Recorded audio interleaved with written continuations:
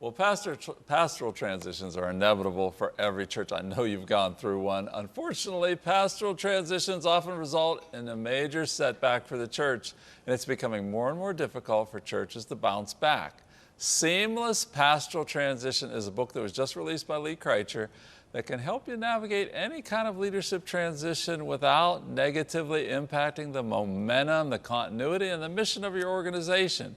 At the end of this interview, you're going to learn how to get a free copy of the book. Let's welcome Kricher. Lee, good to have you. My pleasure.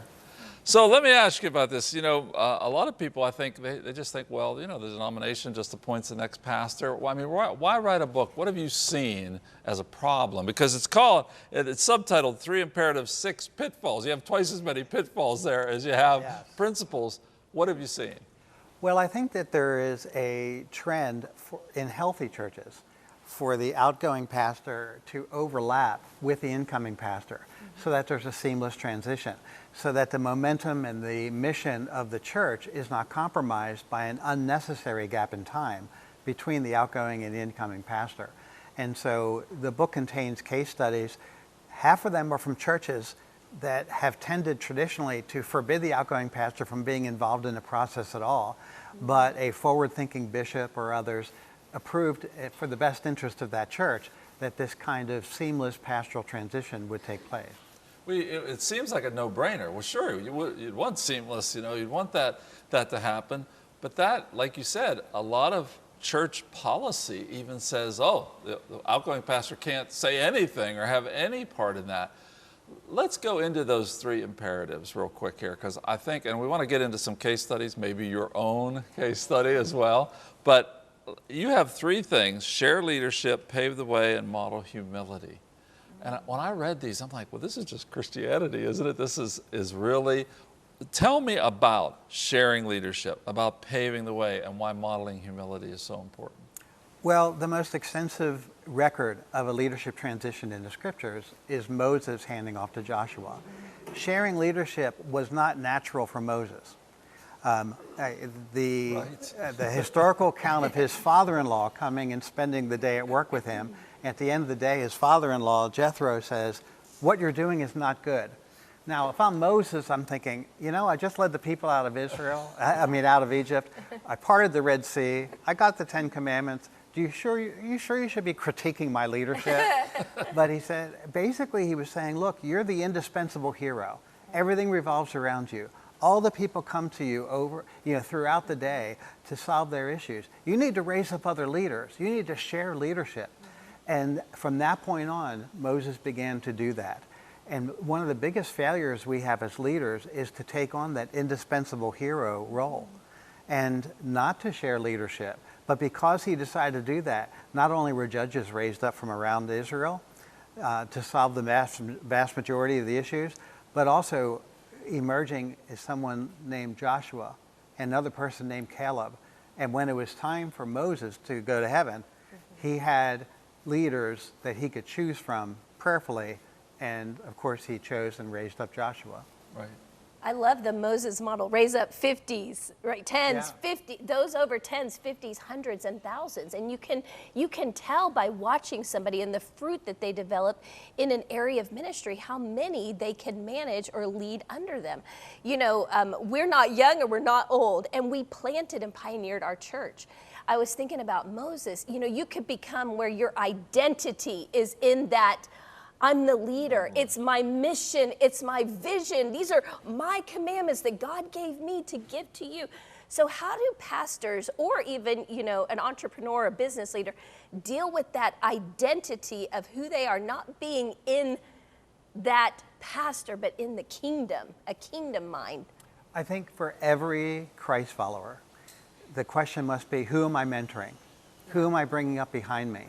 And that's for the person who's on a worship team, the person who is running the technology in the church, the person who is greeting, the person who says, this is my role, it'll be my role, I've earned it, I'm going to be doing this, and me and alone till Jesus comes back, or I'm in heaven. That is so un-Christ-like. Right. But to be able to say, as Jesus did with Peter, James, John, come alongside of me, and your leadership is going to transform the world. But my role here, and we always said at Amplified Church where I was leading, the primary role of every leader is to develop other leaders. Primary role, not just to use your gifts and be excellent at what you do. Your primary role is to raise up other leaders. And when we lose that sight of that, I think we're losing sight of that call that we're here to do what God has called us to do and to raise up others to come behind us. Can you just share like your transition, because I think it's just so what you're like, you've lived this out and you walked it out, and it's really inspiring what you did, how you passed the baton. Yes, a few years into my second time at Amplified Church, I identified an emergency successor because life is unpredictable.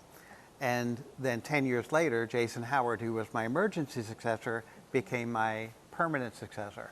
But I saw my role at the church as primarily to help the church reach the next generation, but then to raise up a next generation leader. And so I believe if I had left without that being in place, I, in my situation, would have been forsaking my calling. So. Well, and let me ask you about that, because I know you had shared previously that you had brought younger people and new people into the worship team and up on the platform because you wanted it to reflect what was in the general community, because there's not all one age in the general community. And then I remember asking you one time, I said, well, what about you? You were preaching every Sunday, but you actually transitioned even in that, you know, to where Jason was coming in, preaching more often. Tell us about that, and tell us your own struggles. What were their struggles on your part? Yes, we brought in some very wise counsel to talk about our leadership transition. And they said, you know what, the church is ready for a change whenever you're ready. And you could accelerate your timetable if you would like.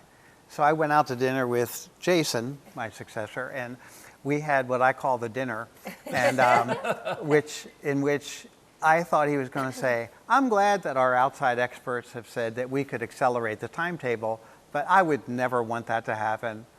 But he said, I'm ready. And I remember feeling like, wait a second, you know?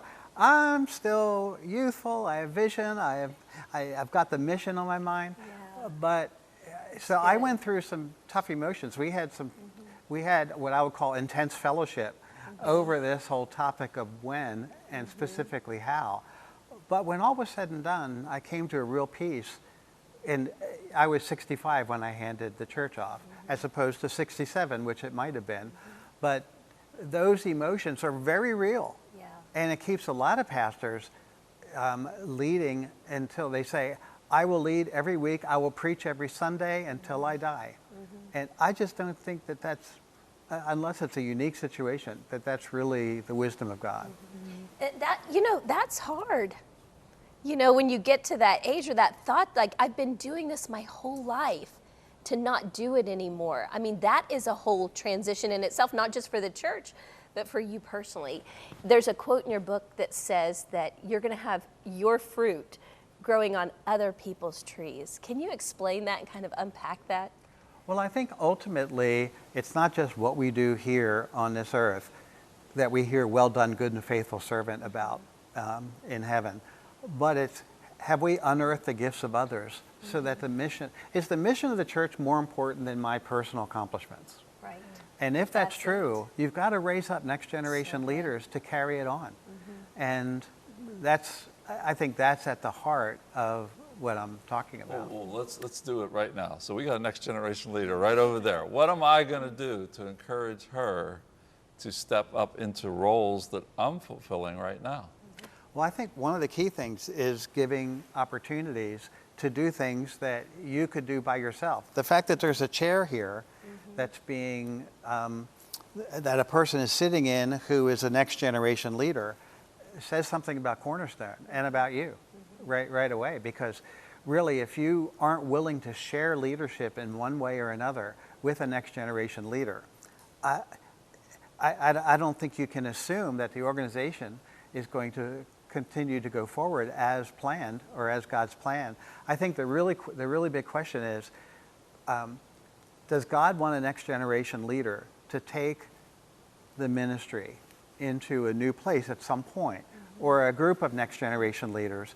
Or am I okay with me going away and whatever happens after I'm gone, so be it? Right. What would you say, I think as being on this side as like the next generation leader, because these are conversations I have with my friends of just things that you see in the shift, and you know that God is calling, to certain like things, and I have a lot of friends that even they work in corporate America and just things. What would you say was the wisdom of God for us as we're like waiting, as we're like standing by God, because that time can be really hard when you do see sometimes things are like there's a rift or there's a shaking. The next generation leader always could do it better. At least that's what they believe. So I think A little irony there. So I think some combination of patience and respect. Yeah. I think perhaps one of the key imperatives is demonstrate humility, model humility, and that's really challenging when for John the Baptist to say, I must decrease so Jesus would increase. That's the attitude of the outgoing leader.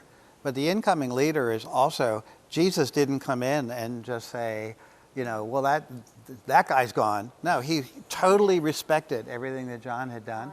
And Joshua didn't come into Moses saying, well, those were nice 10 commandments, but I've got 10 really good ones. No, he built on what was there. And so thinking about how do I build on this? How do I honor?